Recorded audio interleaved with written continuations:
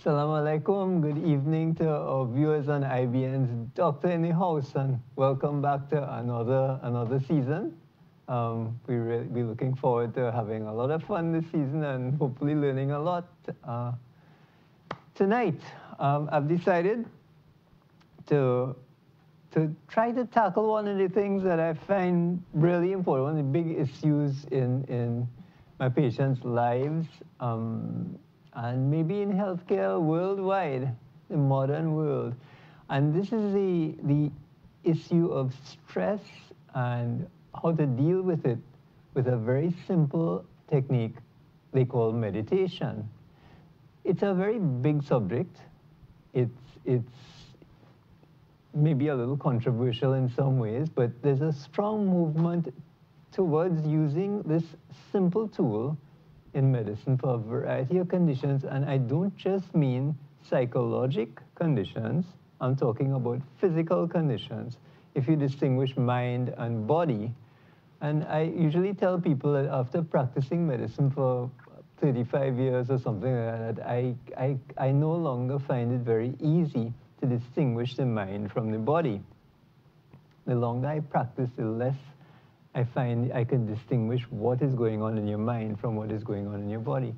So this is a big subject, and I have two interesting guests tonight who are going to help us learn about it. But also we're hoping to have a seminar on this. We're getting we're all part of a little working committee. We've tried to arrange that an experienced speaker comes from Britain to speak to health professionals or people in healthcare about how to deal with their own stresses and how to use meditation as a tool. So the focus of tonight's talk is going to be on meditation. And the question is whether you'd prefer to use a free thing with no side effects as opposed to drugs, which are very easy. All you do is you just pop a tablet in your mouth, swallow it down, and you get some effect from the drug. That's going to be our talk tonight, medication or meditation. My two guests, Dr. Godfrey Arajo and Ms. Cynthia Carrington. They're both quite interesting people who have stories in their own right, and we could talk to them. We're going to have to try to focus on meditation. But before we do that, I decided, you know, I don't have any healthcare insurance. So what I do is when I get people to come on the program, I usually get some free medical advice from them. I mean, what are you going to do? So I'm going to ask Dr. Arajo some advice about my shoulder, which has been really bugging me for the past few months. Dr. Godfrey Arajo, welcome to Doctor in the House. Thank you for coming. Thanks, Feroze. Thanks for having me. Good night to our viewers, to the IBN family. Okay, you've been here before, I take it, I have, for a when while. Dr. Juman was on. Right. Well, I believe Dr. Juman may be doing some more shows again, so we're hoping to see him on Doctor in the House. You tell stale jokes like Salima. I won't comment on that. Maybe his jokes have improved. We don't know. We'll find out in the next few weeks. And next week he may be doing a program. Okay. So Godfrey, thanks again. You're welcome. So my free medical checkup tonight. Okay. First of all, I can tell you about my shoulder. Yes, please. Please do. Okay, now remember, if you make me scream on TV, you probably wouldn't get any more patients. So I'll be gentle. Be very careful not to make me scream, okay? I've had this shoulder pain for about 3 months. And initially it was it's a limitation when I went above, you know, trying to reach for things or reaching back or reaching across like that. But it's slowly getting worse over the 3 months. I've been trying to do various exercises and so on it. I'm not sure what triggered it. It's possibly because I used to do standing presses with dumbbells, maybe a little too heavy, or it maybe I do yoga, and some of the postures, I think I was trying a little too hard, which is one of the important problems in yoga.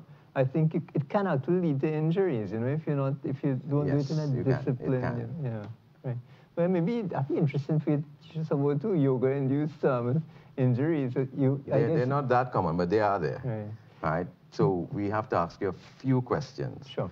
One, was there any trauma to your shoulder? Not really, no. Two, have you had any problems with that shoulder before? Well, yes, I think it's the same shoulder. Several years ago, I think I had a similar problem while swimming. I remember I was swimming and I threw my shoulder forward and I felt a stab of pain. And it took many months. It took about 9 months, Godfrey, for that one. It's a long time. Yeah. All right. And three, do you have pain at night more than during the day? Yes, definitely. The pain is at night. I have difficulty finding a position to sleep. I can't keep trying to turn and find it. And four, what can you not do with that shoulder? Well, I can't. I'm getting less and less ability to raise it now. It's getting more and more limited, right? I used to be able to take it right up easily, but now it's every month that passes, it's getting less and less. So I'm also sometimes just sudden movements, unexpected movements. Okay. If I have to grab something by accident, it just causes a sharp stab of pain. What can I not do?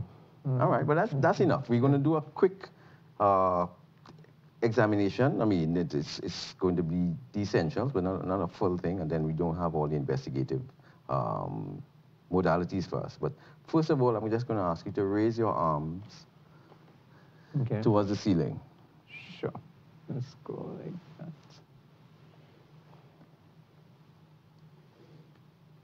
Well, this one can go up. That's about it, yeah. And then we're going to raise them at the side. This is called abduction. And if we can go up here, you see where you, and that's it, all right? Now, yeah, that's about it for this one. Good, and back down to the side, and then we're going to go behind our head. It's a big, big go. And that's a problem. Well, and the final one. Surprisingly, I'm going further than I thought I would.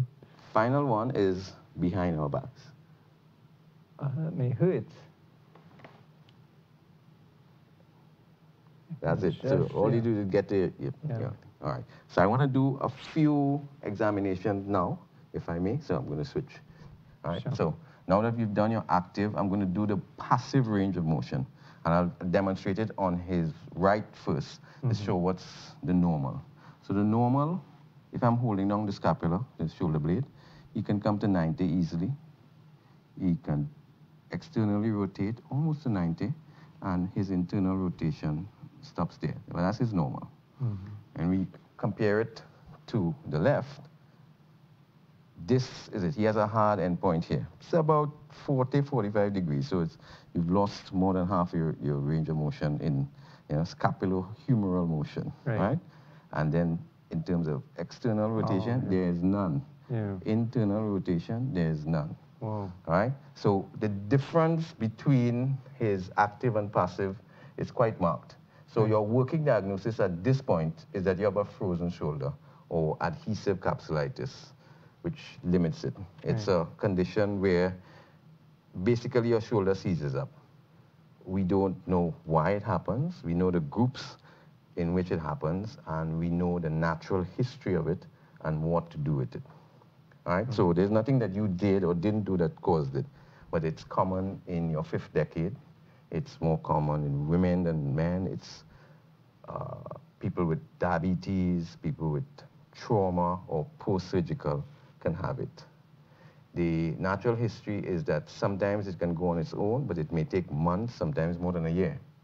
All right? And then beyond that, once we do other investigative things, we would normally do an X-ray just to make sure there's no arthritic changes in your shoulder. If you said you've had a previous rotator cuff injury, and rotator cuff is a group of muscles inside your shoulder, underneath all these outside bits, which hold your humeral head in the socket or in the glenoid cavity. And those can be torn and cause problems with range of motion. But usually, in that case, you have a full passive range of motion, which you don't. And we can image those muscles either with an ultrasound. I do in-office ultrasound, which is very convenient, or you can do an MRI. But your working diagnosis is a frozen shoulder. Frozen shoulder, okay. The first thing... How common is this? Oh, it's fairly common. You know, a lot of people have it, and as I said, you can raise your arm like this, but Yeah. your actual scapulohumeral movement is only this. Yeah, so when I raise my arm, I'm raising my whole wing. You're going up like this. Yeah, my whole scapula and shoulder blade then is going up rather than my shoulder turning. It's like, okay, I get it. So the treatment at this stage will be one, to control the pain. Right. So if the pain is a problem, especially at night, to disturb your sleep and whatever, we can give you oral medication versus meditation again. But if it's really bad, sometimes I do a corticosteroid shot once you're not diabetic or there are any other contraindications. And if there's no hard and fast rule, but if it's a short-lived procedure, if in terms of the length of time it's happening is just a few weeks rather than months or much longer, and if you have at least 45 degrees, then I give you a chance at doing physical therapy, which is trying to get your range of motion back by a controlled stretching out of the capsule that's tight. If you are going on for a long time, you have very limited movement, or if you failed the conservative treatment, then we could consider doing an MUA, which is a manipulation under anesthesia, where I put you to sleep and I actually force that shoulder through its range of motion. It looks and sounds horrible, but it's gently breaking up the scarring, and it has to be dovetailed with a period of physiotherapy afterwards to maintain the improvement that you got. And quite a lot of people improve that way. And then for a very smaller group, if they don't, then we can do operative treatment, including arthroscopy and release of the shoulder. So what you're saying is that what has frozen my shoulder then is a set of little adhesions, or how to put it, sticky things?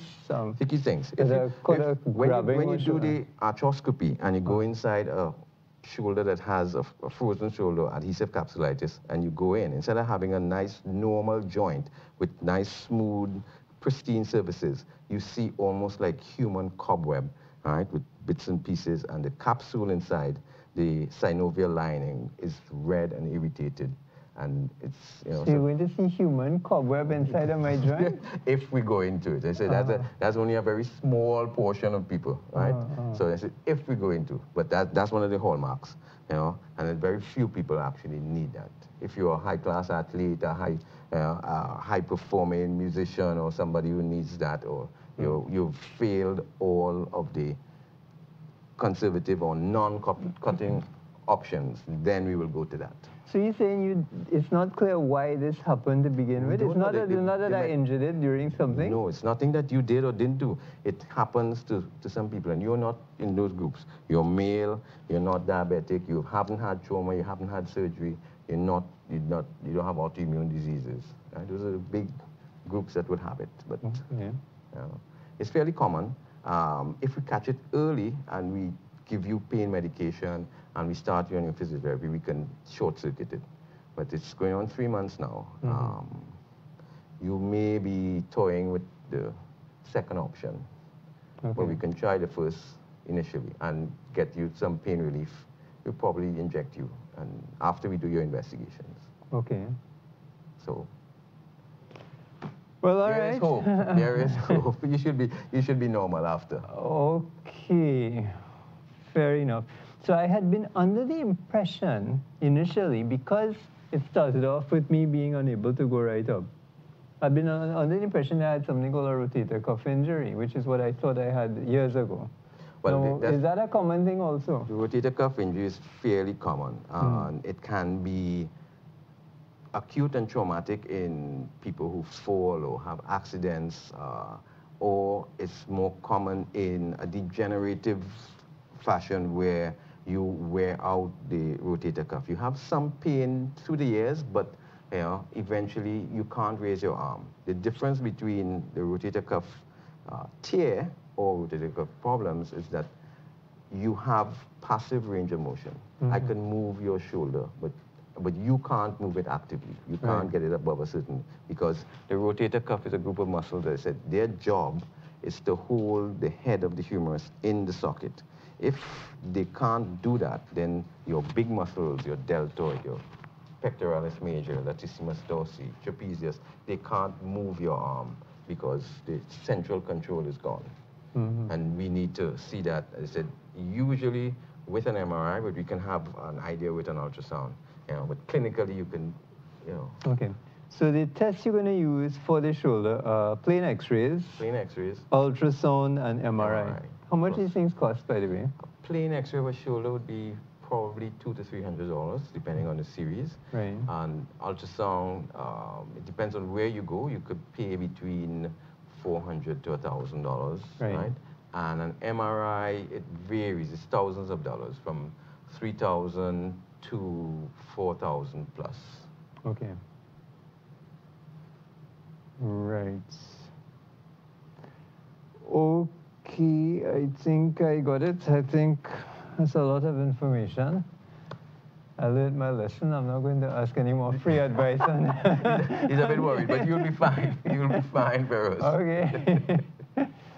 All right. Well, we can take a short break, ladies and gentlemen. And when we come back, we'll be trying to discuss this nebulous issue of what is meditation and how can it help both psychological stress and maybe physical illness, and how can it help our patients, but also important, how can it help us and I'm addressing healthcare workers, doctors, nurses, all health professionals, and even, as we were saying, hospital administrators and ministers of health and so on, you know. Caregivers of any sort. Yeah, because we'll be turning into caregivers. Okay, so we'll soon be back after a short break, ladies and gentlemen, with Dr. In the House, discussing the question of meditation as a tool for health.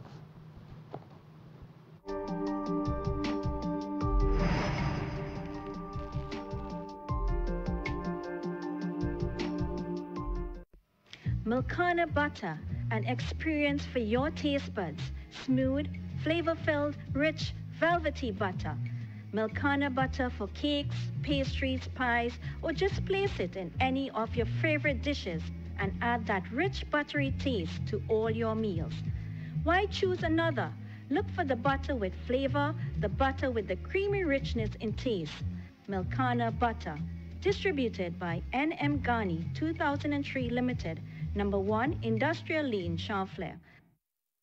Sheikh Leisha Limited, the leading manufacturers of vermicelli, split peas, powder and grease-proof paper. We also manufacture a variety of paper and plastic bags. We have bags for French fries, sandwiches, popcorn, supermarkets, stores, and much more. Whatever your needs, trust Sheikh Leisha Limited for quality products. Sheikh Leisha Limited, Warrenville, Cunupia, telephone 665-3336. Oh.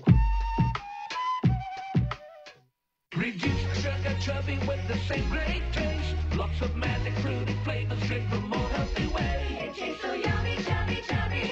25% less sugar chubby. Be active, be healthy, drink lots of chubby. Kicking football, playing cricket, having fun in the sun. Reduced sugar chubby keeps you cool and refreshed. It tastes so yummy, chubby, chubby. 25% less sugar chubby. Jumping rope, running races, have fun. It tastes so yummy, chubby. Drink the more healthy way. For the everyday lowest prices on all grocery items, trust Low Cost Supermarket for the widest variety of quality products at low prices. Freshly picked fruits and vegetables, healthy products for your well-being, high quality meat cuts, and a warm and friendly service. Low Cost Supermarket, Southern Main Road, Cunupia. High blood pressure is as dangerous as an overpumped balloon. Measuring your blood pressure every day can save you from risk of high blood pressure. MicroLife fully automatic upper arm blood pressure monitor with stroke risk detection. MicroLife AFib screens for atrial fibrillation while taking your blood pressure. High blood pressure and atrial fibrillation are both considered controllable risk factors for stroke. If AFib is present during blood pressure measurement, the AFib icon is displayed flashing at the end of the triple measurement.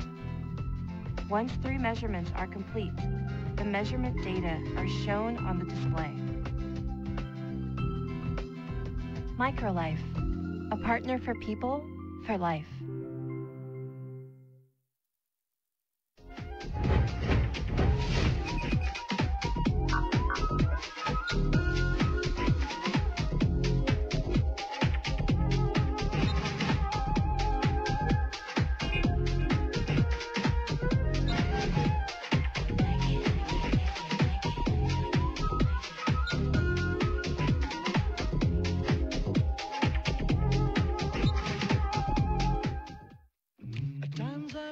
The sun is hidden by a hazy sky. A God's gift brought straight from the farm to your plate. Jaza Rice, with its premium range of basmati rice, helping you prepare your perfect, mouth-watering dishes just as you planned. Jaza Rice, blessings in each plate. Every now and then we need. This is a Pakistani product, and all over the world, at least try it once. And if it's good, please let us know. We need your encouragement. Just a little time to breathe. Ah, remember the good old days when we had roti with rich, creamy butter? Eh?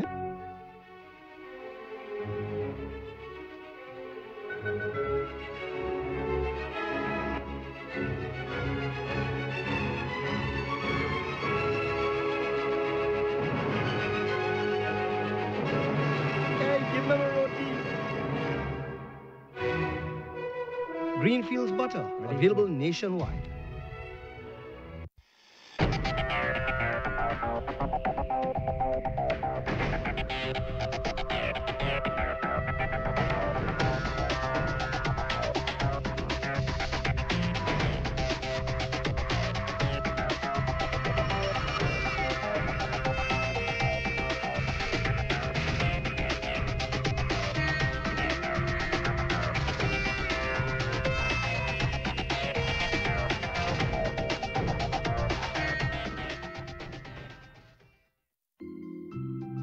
High blood pressure is as dangerous as an overpumped balloon.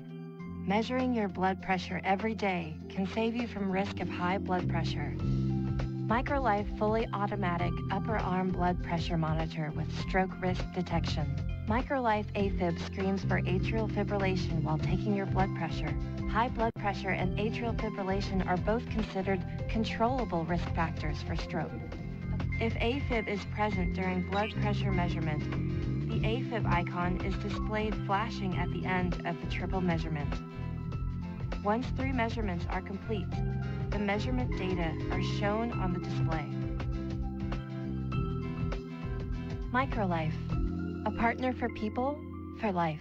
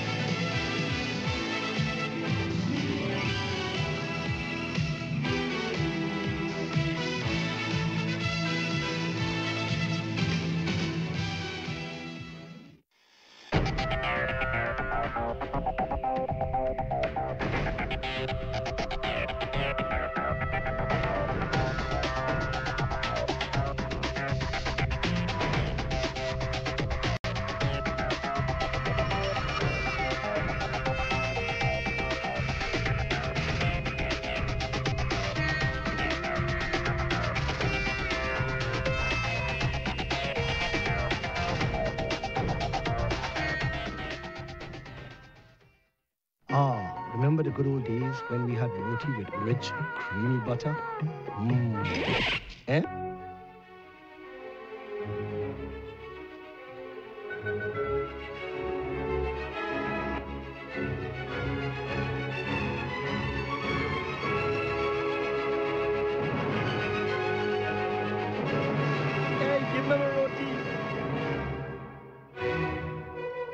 Greenfields butter, available nationwide. مولاي صل وسلم دائما دائما دائما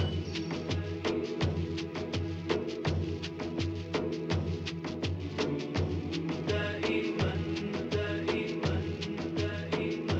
دائما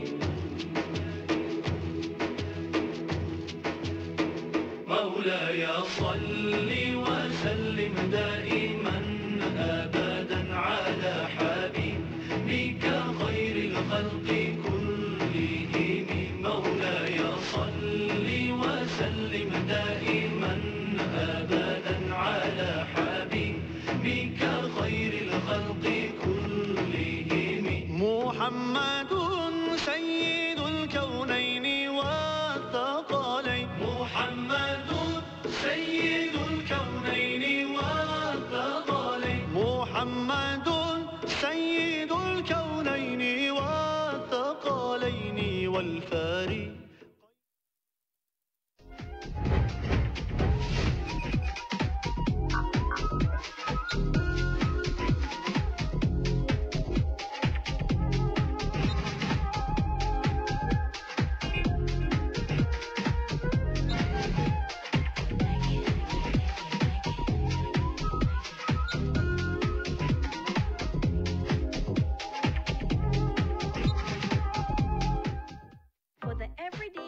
prices on all grocery items.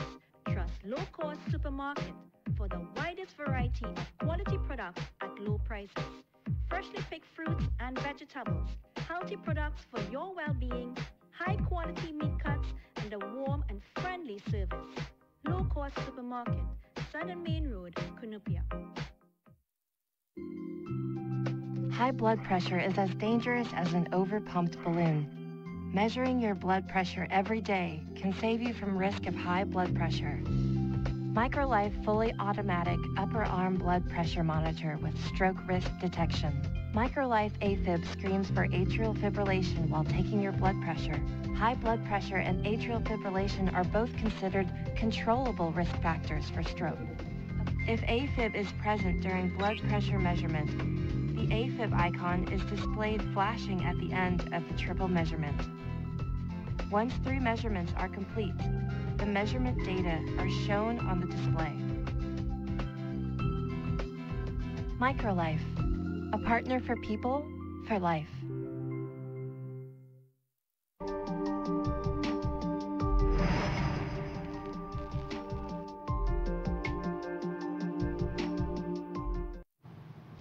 Welcome back to Doctor in the House, ladies and gentlemen. I'm your host, Dr. Feroze Omardeen, and my 2 guests tonight are part of our working group. We all belong to a group that is trying to encourage a technique, a simple, ridiculously simple, free technique called meditation to try to help stress in ourselves, in hospital workers, and in healthcare professionals, caregivers. These are the people we think we can target. But in fact, we think it's applicable to everybody. It will help everybody, and everybody seems to be so stressed. This is one of the very few of my patients who sit down in front of me in the course of any day and don't seem to be stressed. I get a few. But they're very few. They're all stressed, and the longer I practice medicine, the more I keep looking, the more I realize that stress is an important part of the illness that they have. It makes the illness worse in different ways, through their brain, through their habits, through their body, through increasing their pain. Stress, basically, to me, is one of the biggest problems in the modern world. What do you guys think? To the left is Dr. Godfrey Arajo, who you would have just met if you saw the first part, examining my shoulder. Dr. Arajo is funnily enough, an orthopedic surgeon who's actually very well known in Port of Spain. He's been around for a long time like me, and so everybody knows him. But he says, he told me just now he's spending much of his time in medicine right now, just trying to advise people how to be healthy rather than fixing their broken bones or whatever it is. He probably got fed up of fixing broken bones. Here we have next to me is Miss Cynthia Carrington.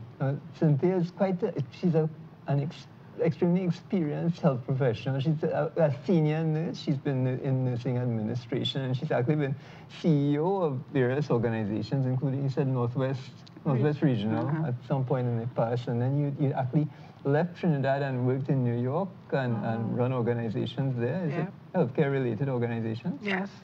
Okay. So, and now you're back in Trinidad. Back in Trinidad. How long have you been back? 13 years now. Oh, 13 years. Oh, okay, so you renaturalized Trinidad. Yeah. Okay, so welcome to both of you. Thank you. Okay, so first of all, who's going to start the ball rolling and tell me, why are people so stressed now? Why are all my patients just stressed out?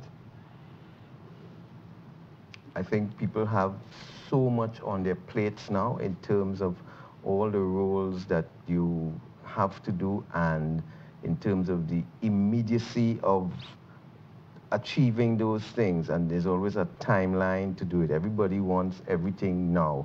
We have the instant communication. Somebody sends you an email, they want an instant reply. They want it yesterday. And we, have expectations thrust upon us in so many different ways, from the media, from, the world around us, that we are supposed to be functioning at this fantastic level as a father, as a husband, as a worker, as a sportsman, as whoever it is. And if you're falling short of that, you're trying your best on a slippery slope to get back up there. And you have these things pushing you, and you think, wow, you have to keep doing it. And the more you try, the harder it is. And then what we're talking about is meditation now. Instead of trying so much harder to do this, you actually take time to come back out of that rat race. Take time for yourself and calm your brain. Just cool it, take it easy, slow down, and reappraise your efforts, reappraise your priorities, reappraise how you're going to do things. We're rushing around, and people are normally only forced to take a look at it when something big, like cancer or death or like Hurricane Irma comes, then your priorities suddenly change. What is important? Okay. But as healthcare professionals, it's not that easy to switch from the activity that you have ahead of you. You have so many things going on. But what we need to help all of us, healthcare professionals, to focus on is that we need to be healthy in order to take care of others. And part of meditation, and most of meditation, is to help us to be healthy and to teach other healthcare workers what is meditation, why is it important, what's the value to them. And to me, the value of meditation, it helps to keep you calm, it reduces the stress, all the things that Godfrey talked about. That's what meditation does for us.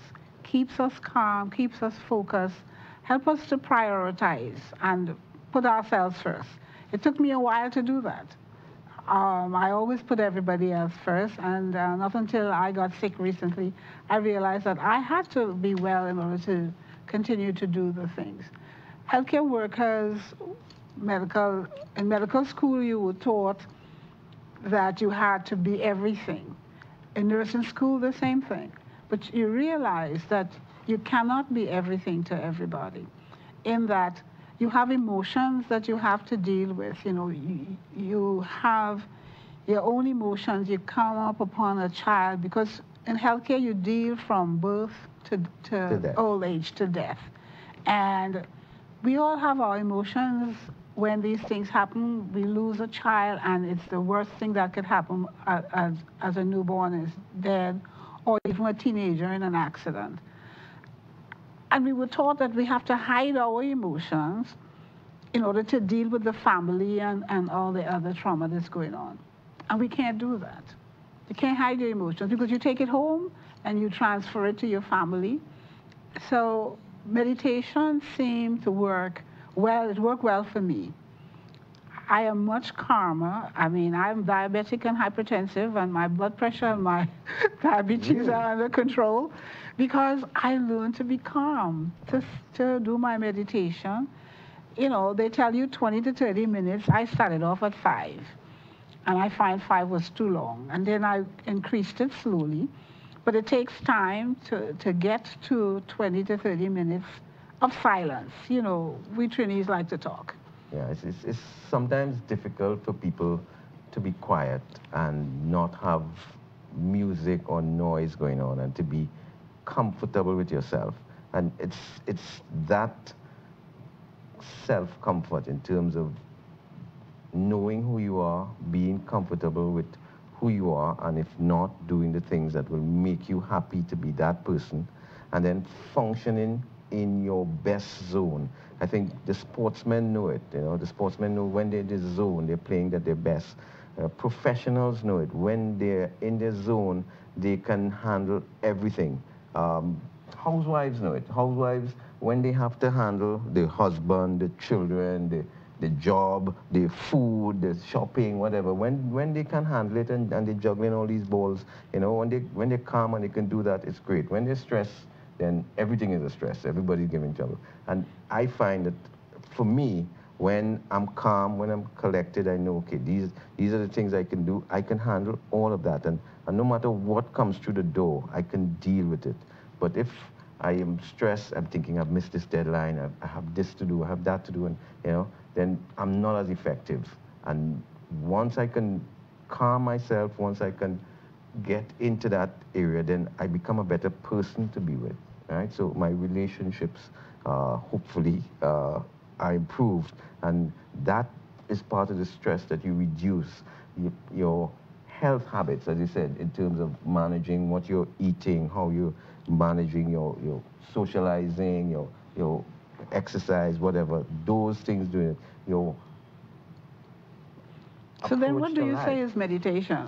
If you ask, you know, what is meditation and how is it done? The goal of meditation is to slow down the mental activity.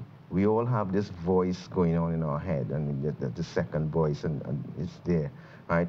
The scientific investigation into meditation has looked at Buddhist monks who've meditated their entire lives, and what they've done is measure the brain waves. And a normal active person in the beta brainwave activity, I think it's from somewhere between teens to around 28 or 30 hertz, which are cycles per second. And when you meditate, the experienced meditators drop that down to very low levels, right? And it's a training process in terms of bringing your brain activity down. And there are definite levels that you can get down to with definite benefits. And there are scientific investigations into, and I've given the program directors here some of the links to the benefits of meditation and the scientifically proven benefits, right? I started off with TM. I know you started off with TM as well. And TM has been investigated thoroughly in terms of all the benefits, anxiety, hypertension, diabetes, whatever, but there's so many other things, right? This group that we're dealing with, WCCM, which is the World Christian Meditation Group, right? They have their own investigations and research that show it, right? And the best way to do it is to try it for yourself and see what the difference it makes. I know when I started meditating, it was 40 years ago, right? And first time I actually meditated, I went down and I felt like if, you know, flowers were bursting and I was... First time? First time, absolute first time. Incredible, it's like, man. wow, what am I missing here, you know? And I've kept that not as religiously or as frequently as I did throughout the years, but at times of great stress, I used it. And now I realize that I should have been doing it every single day of my life. And there's so many benefits. So you didn't want flowers bursting every single day, right? Yeah, something wrong with you? No, I don't say that. I said, but the first time, and you know, it can be as dramatic as that, right? And there are many other benefits. The benefits that you want are really to become the best you that you can be. You know when you're good. When you're good, you're sociable, you're fun to be with, you're easy, you're functionally efficient, you know. When you're not, oh gosh, you know. And it is a universal practice. It is. It is a in many universal practice. So societies. any religion, it doesn't matter what religion, can get involved. You can get groups together in a community, form a little group and do your meditation. It is recommended 20 to 30 minutes twice a day. But as I said, I started small because keeping still and trying to get the mind to stay still and not wander is not easy, because you have so much going on in your life that to get the mind to focus on your mantra, which you have to use in order to be still and focus on God. So the mantra is there, and like I say, it's for any religion. Don't think, you know, that it's for people with no religion or people with a religion. So both of you meditate using a mantra? Yeah, I meditate using a mantra. Godfrey, what about you? I do various forms of meditation. I still do my TM. TM is, you want to clarify what TM is for the... Transcendental meditation is an Eastern technique which has a mantra, and the mantra that you're given is given in a personal ceremony by a teacher, right? And you use that. And there are different levels, a basic meditator and the advanced meditator, right? There are other mantras. There are many ways of meditating. Well, a Buddhist monk once told me anything can be a mantra. He said Coca-Cola can be a mantra, you know, you could just use it. I do my mantra. Sometimes I do Om. There's a beautiful song on YouTube.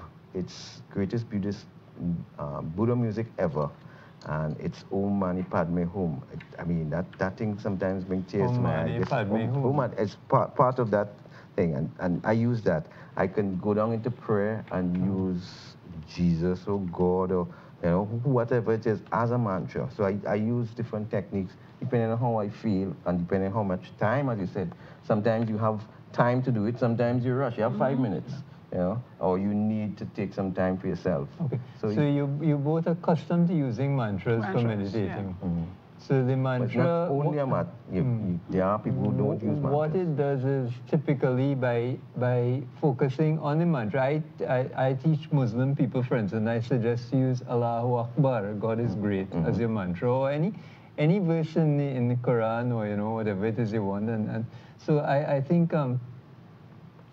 Okay, so what does the mantra actually do? It's just by focusing on it, it helps slow down your thoughts. Slow down your thoughts, slow down your thoughts, because your thoughts race like 100 miles an hour. Isn't this the problem? Our thoughts are just going at 100 miles an hour. When you sit down to meditate, sometimes you're thinking, okay, what did I eat yesterday, and what I have to do tomorrow, and what about that pants I'm supposed to wear, and you know, you just, and things go on.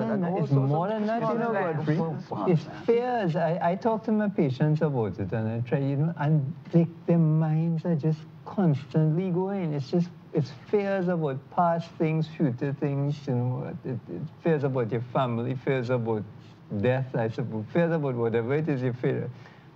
And our minds just don't stop going. It's like as soon as one thought passes away, another one just chases it through, you know? So the beauty of the mantra is that once you have that there, and it could be a silent mantra, it could be a vocal mantra, right? Some people use music or sound, you know, that's in the background, which just acts as a center, and thoughts will come. The best way I do it is that if you fight the thought, it's going to come in with friends, you know, you're going to have more thoughts than you do. But if you just let it come and say, oh, hi, you just acknowledge, yes, you're here, and then it goes, and you get back to your quietening period where you just take it easy, and it's actually, you can, once you get accustomed to it, you can actually feel yourself quietening down.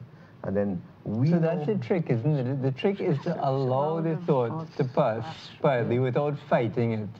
Accepting the thought, okay, it's okay to have a thought, and you just allow it to dissipate and go away. It will. And you don't get upset with yourself for having the thought. You don't try to fight it and stop it.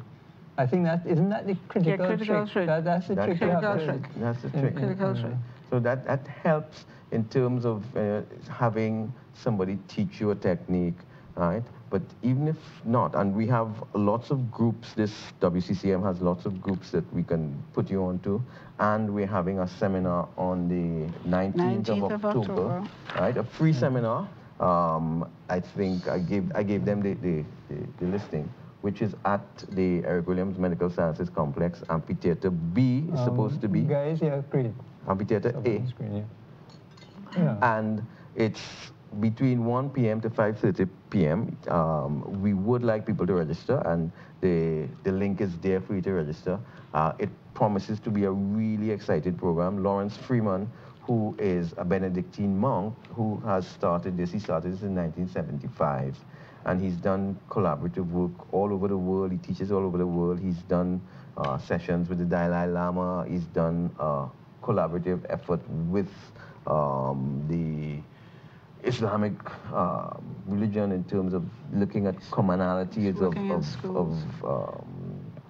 intention in terms of the growth of it, and continue to have a non-segmental sort of approach to it, that everybody needs this. And we hope that in this seminar we can bring it out so that we show by the different presentations what benefits you can have from this. He's also working in schools with children. And the panelist for the seminar on Thursday, October the 19th, is Dr. Arayu Puran Singh, MD. He's a specialist anesthesiologist. He's from Trinidad. He's from Trinidad. Dr. Sharifa Mohammed. She's Sophia was one of the presenters on this program, yeah. So the audience are quite familiar with her. She's a registrar, neonatal ICU. Yeah, Sophia has probably practiced, she says she's practiced meditation for quite many years now. I think she has she tries to get her family to do it, and she encourages her patients to do it. And Dr. Eugene Bedu, an anesthesiologist. And we have a visitor, Dr. Barry White. He's doing the research, and he will be here from Dublin, Ireland, also presenting as a panelist on Thursday, 19th of October, 1 to 5:30 p.m. at Mount Hope Amphitheater. The area that we haven't touched on is how we keep still, silence. I remember the first seminar I went to at Mount St. Benedict on meditation, and Father Friedman said, "We are not to speak to anybody after dinner till the next morning after breakfast." Now you're in a room with somebody else, and I'm like, he's got to be kidding. You can't talk to anybody. And I tell you, it worked. I had a roommate. We did not say a word to each other, but I was able to read. I was able to do my meditation in my room, and you did not say a word to each other until after breakfast. And then we had a walk, a silent walk, outside in the yard. So you walk around, not a word. And I never thought I could keep silent for so long. And then you realize how valuable silence is. Now I could be in my house, the radio is off, and I'm comfortable. I'm there with my thoughts. And I think we need to understand the value of silence. It is very valuable to be silent, to keep still, and to be without noise. Yeah, that's a plus in our society, where it's, as I said, almost a tumultuous, continuous stream of information and music and requests, and to be able to withdraw that most people can't. And so what we're saying is that you need to carve some time for yourself, because the benefits are so many. You become a better person. Your relationships flourish. You're able to fulfill all these multiple roles that you're asked to do in your life, and the things that you want to do, as you say, you start prioritizing them, and hopefully, lead you to live the kind of life that you want. My take on it is that natural human life was much slower than this, even from our parents' generation. Yes. But if you go back a little further, okay, when my mom was born, I don't think in Cedros there were any electric lights. So as soon as sunset came, you light your flambeau or something. I'm thinking, and I believe this is correct. You light your flambeau and I don't know what you tell little stories or you just chat a little bit with people, but it's basically very quiet till the next morning. And even when the next morning comes, there's not this constant stream of people and information and talking and responsibility, and most of all, time. Because so many of the sentences that you've said today have involved the word rushing and pressure of time, you know. So they didn't have cell phones. It's a mental step that I've had to take, that, okay, I'm supposed to be somewhere for 9 o'clock. And it's coming up to 9 and I'm not there yet and I'm putting that pressure. And, you know, I can say, okay, fine, I'm going to be late, right?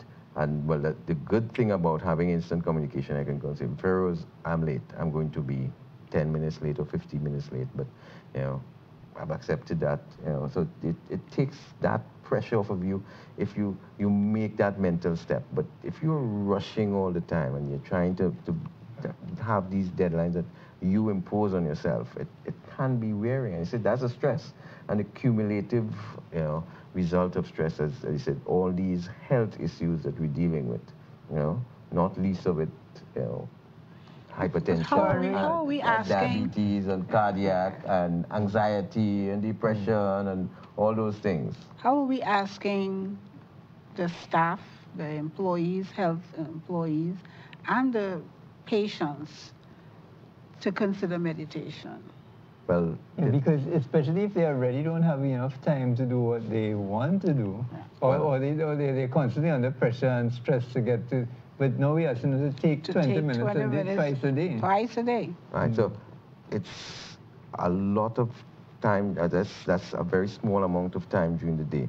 What I do personally, in terms of my patients, I use a meditative song that I give it them a little link that they can just put on and listen to, and they can relax their mind. They don't even have, and that's the beginning of doing the meditation, because some people, I mean, they don't have time to go to a meditative group. They don't have time to go to a meditative seminar. But you need to get them. So how I do it, I give them this link if they have a cell phone or a computer, and most people do, and they say, okay, and it's just 14 minutes, and you can take that and just start quieting it down. And that's the introduction, and they have all the rest of the information that they can go on to a more formal techniques. And there are many formal techniques, but you need to start somewhere, as Cynthia said. You just start with 5 minutes, and you just start doing this on a regular basis. The research has shown that even 2 weeks of meditation will start showing you these results. And more importantly, they persist.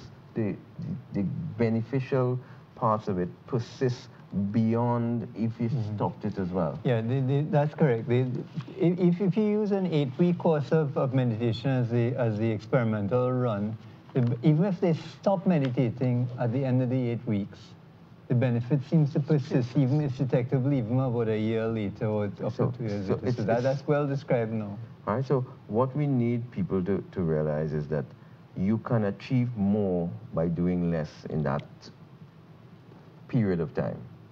And you owe it to yourself, you owe it to your family, you owe it to your colleagues, you owe it to our society. You can achieve more by doing less. Yes. Is this your experience? Yes. Yeah, because you prioritize. You make time you make time for so many other things. Let meditation be a priority that you make time for. I was saying to you, I have to get up 3 o'clock in the morning to accomplish the morning session. The evening session is not a problem. But in mornings, I have to go to church. I love going to church on mornings.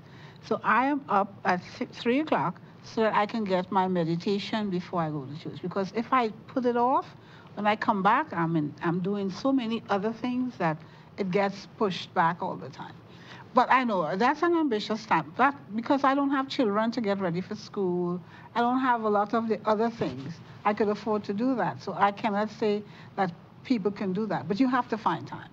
I had to make time. I told them morning time was impossible for me. But then I realized it is to my benefit. So I added it to my mornings. A lot of the world CEOs are meditators, and they have some techniques. Some of them are formal meditators. Some of them have other techniques where they center themselves, and they are effective, right? So, if, as I said, if you want to be more efficient, it means prioritizing in terms of first things first and start doing that. And by meditating, you allow yourself to become efficient. You know what's important to you in any day. Yeah, and you realize a lot of it probably isn't important to you or to any. Most of us are just running around like a dog trying to catch our tails. Somebody sent me a little, I think it's a World Bank study that looked at how much time people actually are productive in the working day. And when they analyzed it, people were doing like 30–40% of their work day as work. So most of your work day, I don't know what you do. You're on your phone, you're on the computer, you're thinking about something, you know, so. On break time. Yeah, on break time, you know. So it's in terms of, okay, can we become more efficient? And we can. So the meditation allows us to expand that to the productive time, which is actually a minority amount of the time. It makes us expand that. You can become much more productive. Okay. You know, so, and I said it has all the benefits, and I know I gave them the links in terms of looking at the benefits, and there are many. One link had 76 benefits. One had 10 scientific benefits that you can look at, and they look at it in different areas of health in terms of anxiety, of productivity, of your hypertension, as I said, your diabetic control, the need for medication in terms of all these things as well. Generalized in terms of psychiatric or generalized anxiety disorder is clear. Possibly even major depressive disorder. And it shows that some of the meditation works as well, if not better than all the drugs medication. And you talked about side effects. I had a lady in my office, last week, and I pulled up her medication. I said, okay, we're going to look at your side effects now. And we started to go through them, and she was absolutely shocked at the number of side effects and the range of side effects that this medication that she was on had. I'm not saying that you can do away with medicine, but you have to be aware that there are a lot of side effects to medication, right? And our goal should be, look, we need to do all that we can to manage ourselves, and where we can't, then we have to use the medication judiciously. And don't forget the cost of the drugs too. And if it is, in Britain, I think they've actually studied the kind of savings in terms of pounds that the healthcare system would gain from encouraging meditation. It's a very cost-effective thing. So not just for an individual, but for a government. Well, I know our health minister is on about the non-communicable diseases, which are lifestyle diseases. And what we're talking about is changing your lifestyle, changing your eating habits, changing your drinking habits, changing your exercise habits, changing your sleeping habits, changing your relationship habits, all to promote better health. And we're talking about savings for yourself, savings for your family, savings for your society. So we have to get the minister to add meditation to his list of things. Well, we hope that he's going to be in our seminar. Hey, maybe we could get him to meditate. If we can teach him to meditate, then maybe he'll realize how useful it is. Part of the lecture by Lawrence Freeman will be a short meditative episode in the middle of it. Okay. So that will be useful for everybody, whether you're a meditator or non-meditator. Whether you're new to it or experienced. So it's going to be useful, and I think it's going to be really exciting. We encourage you to come out to it. If you can't, then we have a Facebook page. It's on WCCM on the WCCM Caribbean on Facebook, and there's a website, WCCM.org, that you can get the information, and we have local groups that teach meditation. But please try it, initiate it in your own life and in the lives of your loved ones, because I think that it's really beneficial. And that's why we're here promoting this Healthful activity. Health and healing. Yeah. You think we should bring Sister Ruth and ask her? We can. Guys, can you try to get Sister Ruth on the phone, and maybe she could just say a couple words for audience, and she's the coordinator of the seminar. Well, I wanted to just expand a bit. I mean, you all both use mantra meditation, but there are other different styles or there are many. I haven't been exposed to the meditatio or this type of meditation, but I use mantra meditation, I use chakra meditation, I do the mindful prayer meditation, I do the songs meditation, I do, you know, and it's just, you have to mix it up. There's so many different things that you can do, and it's you know, exciting. Okay. You could also use your breathing. Yeah, well, that's the yoga with the pranayama. And, well, yeah, Buddhists teach meditation focusing on breathing. At least that's what, and it's a very simple way. Hello. Hello there, Sister Ruth. Yes. Hi there. Good evening. Good evening. Hi, everybody. Congrats. Hi, sister. Great program. Thank you for joining us. Yes, yeah.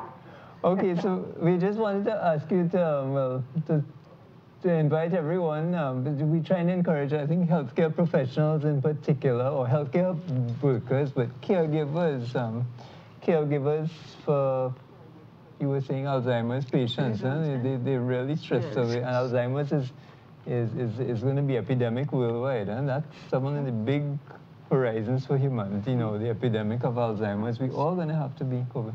So, Sister Ruth, one thing I wanted to clarify with you, this is a religious channel, this is IBN, you know, over the years, I've really tried to encourage my patients to take up meditation, but it bothers them that there are religious connotations to this thing. And the seminar we're promoting now is actually done under the auspices of a religious body, isn't it? The World Christian, how do you say it? The World, basically it's World Committee for Christian Meditation. Yeah, it's described as Christian meditation. Why is that? Is meditation, is this a Christian style of it or something? Well, yeah. What can I say? I think meditation is a universal experience.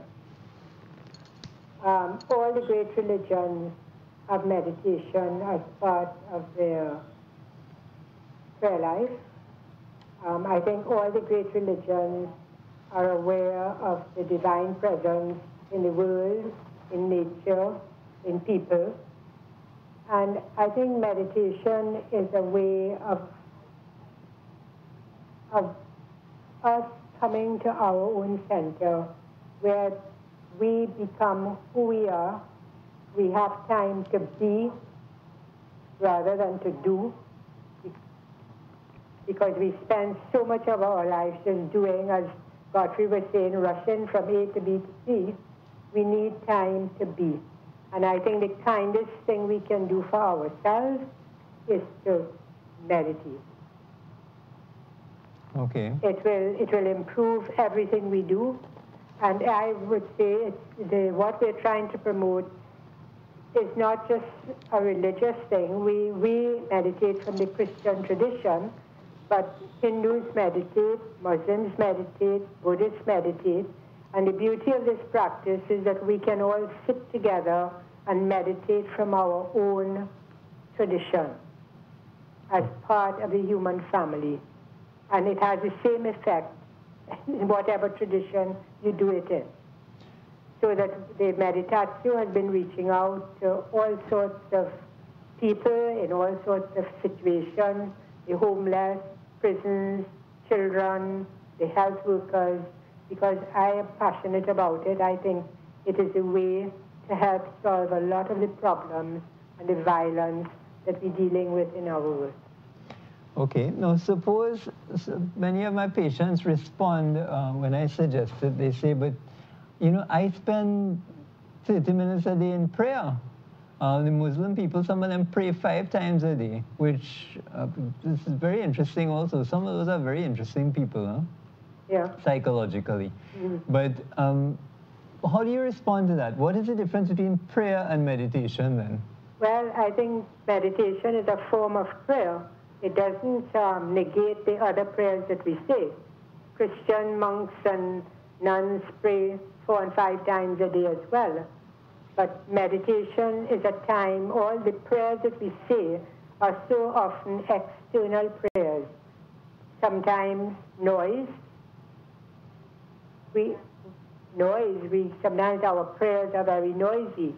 We need to get, as Ms. Carrington was saying, we need to have times of silence. We need to be still. Right. We need to come to our own center so that we don't say we do one rather than the other. We need to do both. Okay, you know, I was told once by a religious person that prayer is when you talk to God, and meditation is when God talks to you, because it's only when you're actually silent that you stand a chance of actually hearing God. So yeah, okay. So that is true, but you know, a lot of Christians too, they are a little bit skeptical about meditation. They say it's something in the East. But the priest who started this meditation movement, this was taught in the Hindu ashram in Malaysia, where he was a soldier. That's where he started. And then when he came back to the States, he realized that it was in his own Christian tradition as well, and started then to promote it for Christians. But a lot of Christians didn't understand that this was a form of prayer, a very ancient form of prayer, which I think was common to a lot of other religions. Okay. Yes, I think... So it is a very universal form of prayer. It is a very, you can use it as a form of prayer, but I think when we become a better human being, and a more healthy human being, and a more integrated human being, that is the glory we can give to God. So that in itself is a prayer, as far as I'm concerned. Well said, sister, well said. Well, thank you very much, sister. Sorry to interrupt the evening, and you have a good night. And you too, and thanks for the program. Yours sounded real great. Okay. Thank you. You're kind. Good night. Yeah, so we can open our lines to callers here. I'd be quite interested to hear if any of our viewers meditate, or if they have an interest in it. So please, if you have any questions. I mean, you could also call Godfrey about the pain in your shoulder too if you want. But I promise to be gentle. Yeah.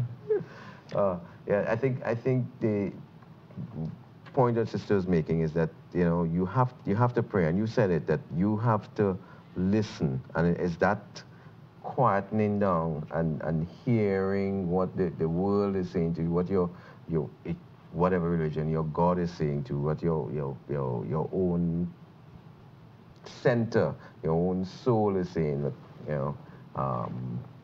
and then you can become in tune with yourself. That's what it is, becoming in tune with yourself.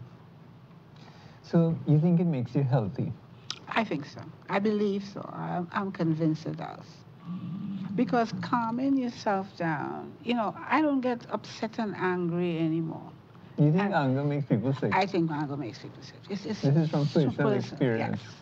Well, we have so many angry people in Trinidad. Yes. You see it. I mean, we have road rage. We have people who, blood pressure who goes get, up.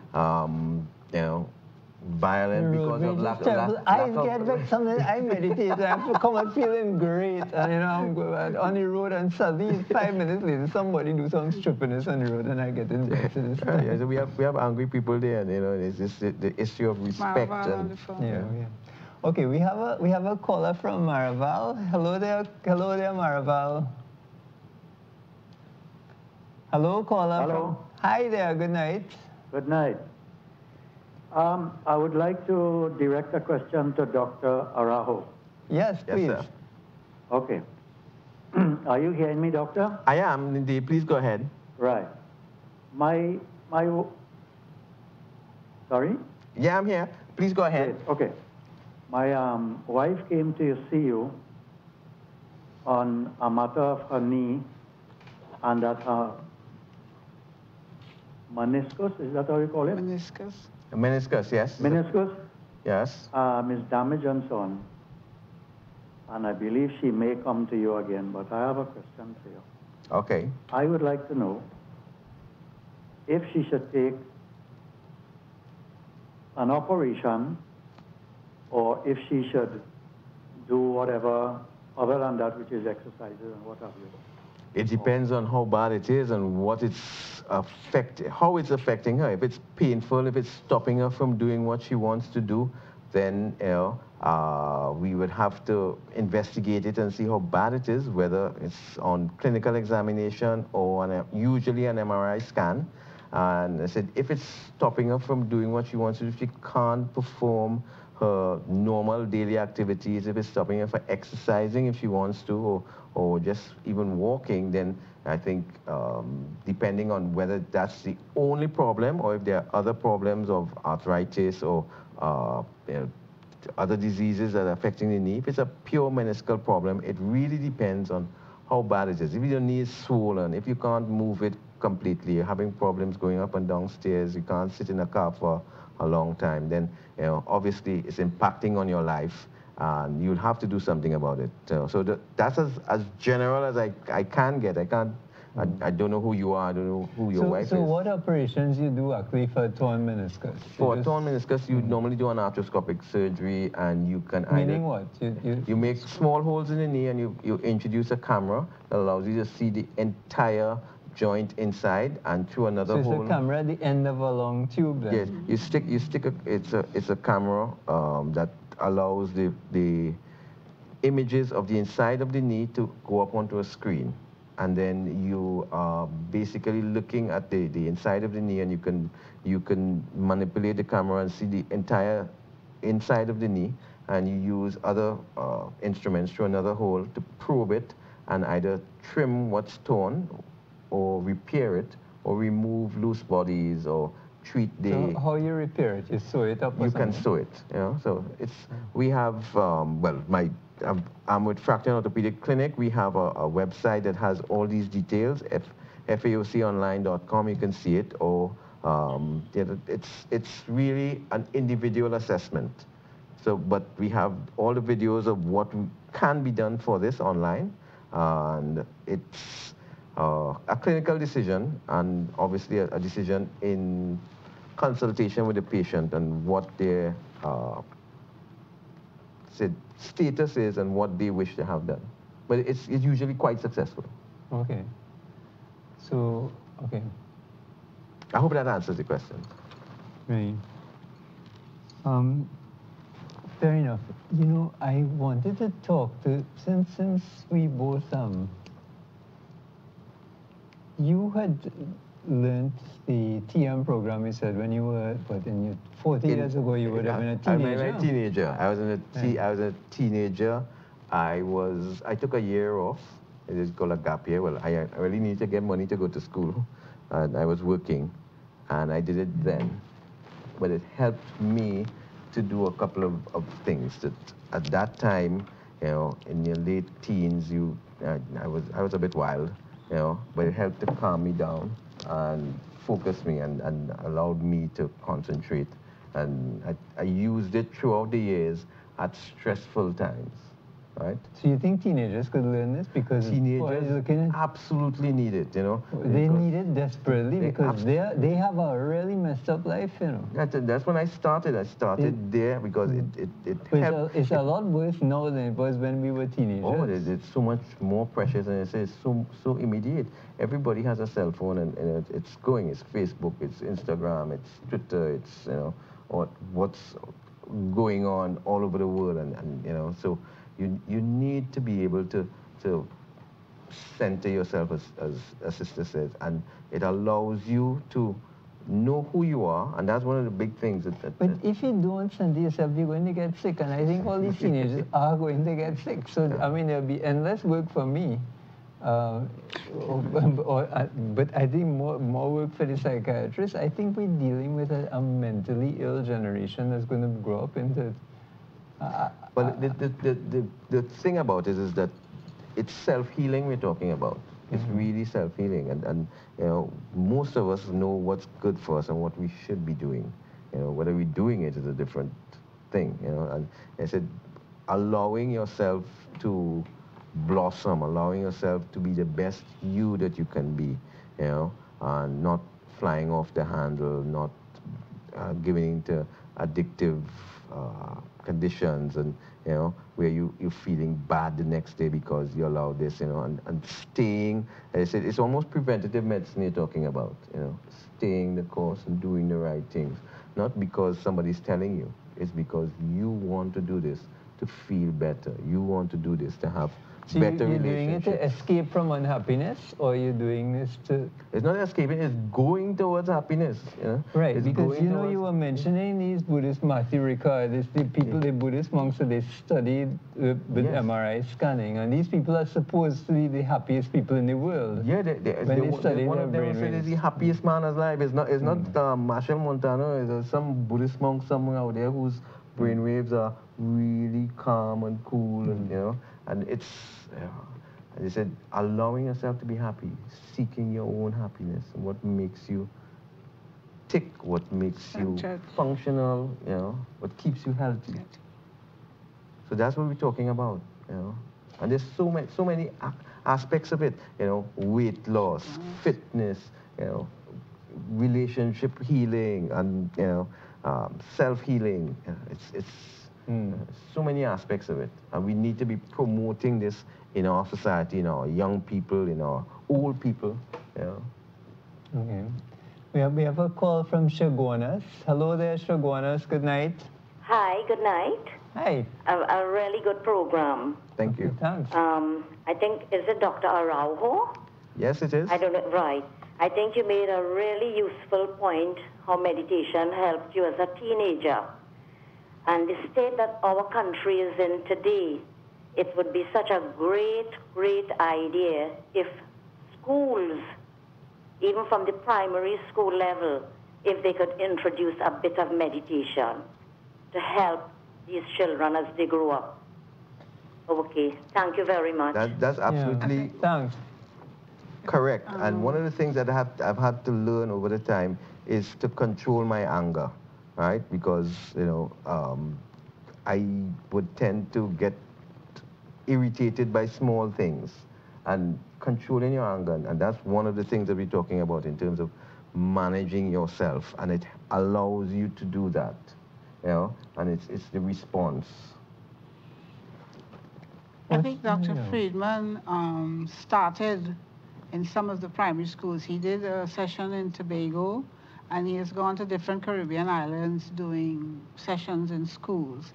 I'm not sure, and Sister might be able to tell you the plans for Trinidad and the schools in Trinidad, but I know when he was here last year, he did a session in different Caribbean islands in the schools working with children. So it's something that is kind.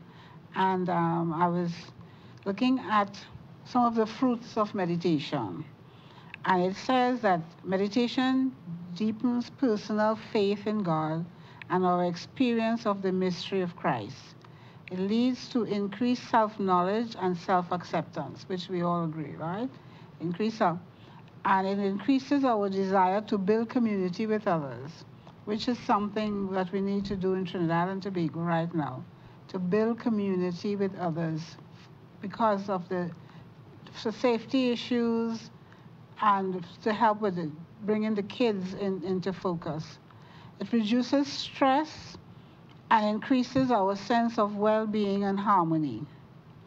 And the research has shown that it lowers the stress levels, reduces your blood pressure, decreases symptoms of anxiety, which Godfrey was talking about, and depression, leads to healthier immune system, and it leads to better concentration, which also will help productivity, to increase productivity. And it awakens a sense of service to the world in love and compassion. No, Most of the things you just said, there's actual research done in studying the shape and the size of the human brain. And just after 8 weeks of meditation, for instance, the areas that are concerned with anxiety and fears and ongoing with these things shrink. The areas that are concerned with compassion, hippocampus, and also learning and memory, by the way, and concentration, increase in size. And this is just after 8 weeks. 2 months for novices learning meditation. So this is not just one person's experience. This is actually corroborated by science, you know. So we have a caller on the line from Maraval. Hello there, Maraval. Hello. Yes, I'm just calling to let you know that we do have a program for primary school in Trinidad and Tobago. I'm Pat Hawaii from WCCM Trinidad, and I work with Sister Ruth, and we are going out to primary schools to introduce meditation to the schools. And if the schools wanted to get in contact with you, how can they do that? They could call 756-3010. Okay, that's great. 756-3010. What kind of response have you been getting? Pardon me? What kind of response from the schools and from the children have you been getting? Okay, the most difficult part is to get into school, because it's very difficult for schools to make time to introduce meditation. First, we have to do a session with teachers and then implement it in the school and do follow-up sessions. So that's the most difficult part, is actually the school to give us time. But we are available and we'll come into school once they call and say, yes, we can get the time. Great. Okay, great. Thank you. Thanks very much for calling, Pat. Guys, I wonder if you could call Shelly Hussain. If you have, let's see if we could get her on the phone, because she may have a different perspective on all this. And let's see if we can have her before we sign off. So yeah, I was saying over the past 10 years, in contrast to when we were young guys, there's been a lot of research done the actual way the thing affects your brain in terms of both neurotransmitters and the actual size of the brain, the parts of the brain that expand and shrink. Yeah, you sent me that email earlier today. Right, yes. That looked There's at that. something called neuroplasticity. Hello. Hi there, Shelley. Hi, yes. Hi, Shelley. This is Feroze Omardeen. Surprise, surprise. Hang on 1 second on the phone for me there. Yeah. When we were young, we were taught about that the brain was something static, and it's after you were born, and you just lost brain, and you didn't get new brain cells. But it's actually quite different, and the brain grows. You can grow your brain even as an old person, which is good news for me. Yeah, even with Alzheimer's disease, yeah, we can do it. So we need to do it. All right. Hi, Shelley. Good night. Hi, Shelley. Good night again. Yeah. Right. So you may have to turn off your TV or something. Okay. Right. Okay, Shelley, we have been promoting this seminar we're having on trying to teach or encourage meditation as a tool for people working in hospitals and caregivers who really stressed out people. Right. So this organization, the WCCM, the World Christian Community of Meditation, they teach a form of mantra meditation, or simple basic mantra meditation. So we've been just having a discussion and trying to encourage viewers to use this as a health promoting thing, but also for stress. What is your take on it? Now we Godfrey and I both did the TM program long ago. So I think we both have practiced TM, or we probably still do from time to time, or TM,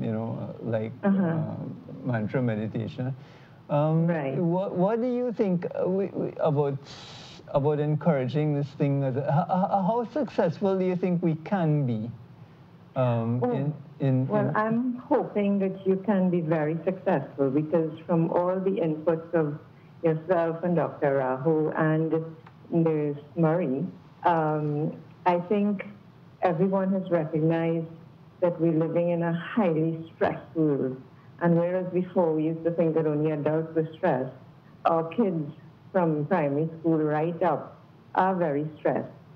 So, of course, I can only speak from the TM experience because I'm a teacher of transcendental meditation. And what it really does is it really allows the mind to settle down, to experience the source of that thought, of the 60 to 100,000 thoughts that psychologists tell us we have in a day. So you can imagine, as you were mentioning, you know, that kind of busy mind, when you can't turn off, it really keeps your attention outside.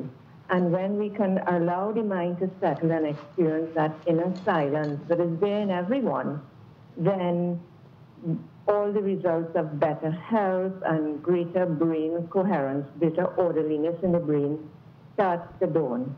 And all these benefits for health and well-being really accumulate as one continues to practice. So it would really make a significant impact on the behavior of individuals, and hence if we have better, orderly, functioning individuals, then our society can change.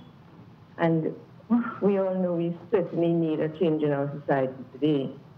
Okay, now, Shelley, your organization, the TM organization, has been at the forefront of research into the medical effects, the psychological effects, you know, and the benefits of meditation as a whole. And in fact, a lot of the best research is coming out of TM. This is a very well-proven way of improving health and so on, if you just look at it objectively. But how successful have you all been? Because I learned this thing about 15 years ago. Godfrey said he learned it from you guys when he was 18 years old or something like that. 1978. So yes.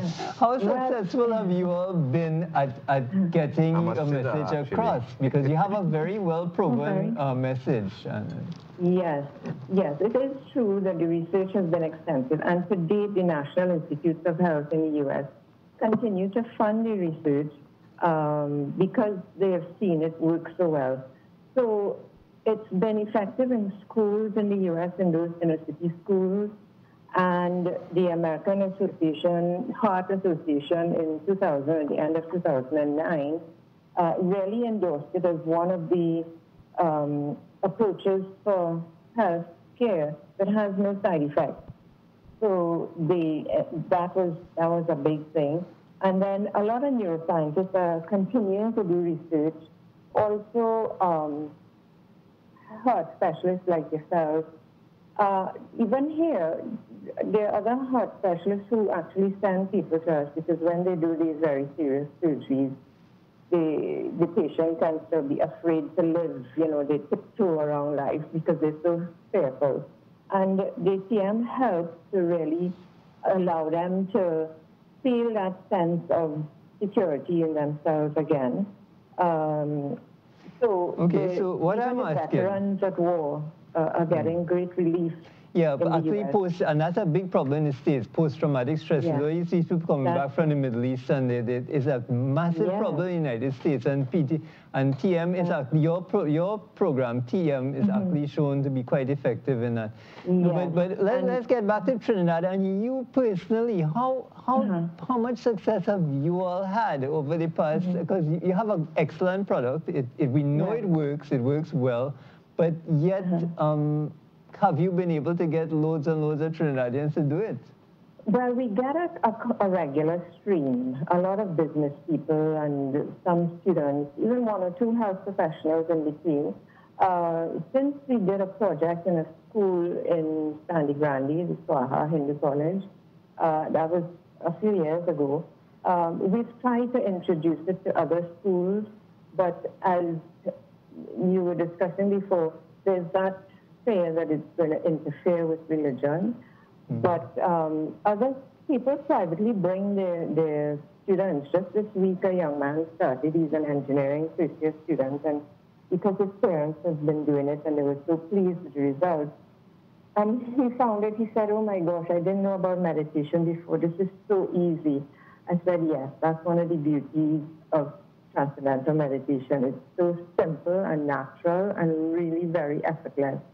So kids find it easy to take up, and more so adults.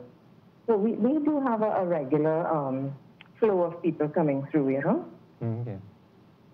All right, well, our time is up for the program. Thanks. Sorry to spring on you like that. Thanks very much for taking our call, Thank you for calling. And all the best with that seminar coming up. I think I'm going to come to attend.